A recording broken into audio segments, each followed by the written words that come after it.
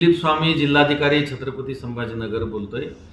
आपल्या जिल्ह्यामध्ये शिक्षण विभागाच्या माध्यमातून विद्यार्थ्यांच्या सर्वांगीण विकासासाठी आपण दशसूत्री कार्यक्रम राबवतो आहोत।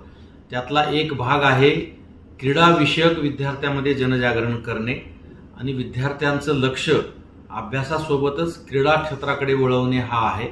आणि त्या निमित्तानं आपण 29 ऑगस्ट पासून 3 दिवस शाळेमध्ये क्रीडा दिन हा उपक्रम साजरा करण्याचं निश्चित केलेलं आहे।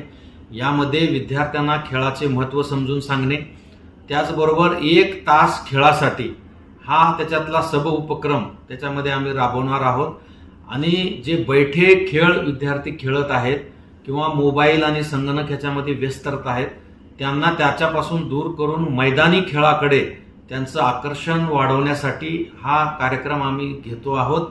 पूर्ण जिल्हाभरामधल्या संपूर्ण शाळेमध्ये 29, 30 आणि 31 किंवा ते 1 आणि 2 या तारखेला क्रीडा दिन कार्यक्रमाचं आयोजन केलेलं आहे। माझी समस्त पालकांना विनंती असणार आहे की आपण या कार्यक्रमाला सहकार्य करा, किंबहुना या कार्यक्रमामध्ये सहभागी व्हा आणि आपल्या जिल्ह्यातील विद्यार्थ्यांच्या मनामध्ये क्रीडा विषयक आपुलकी निर्माण करून त्यांना मैदानाकडे वळवा ही विनंती मी आपणा सर्वांना करतोय।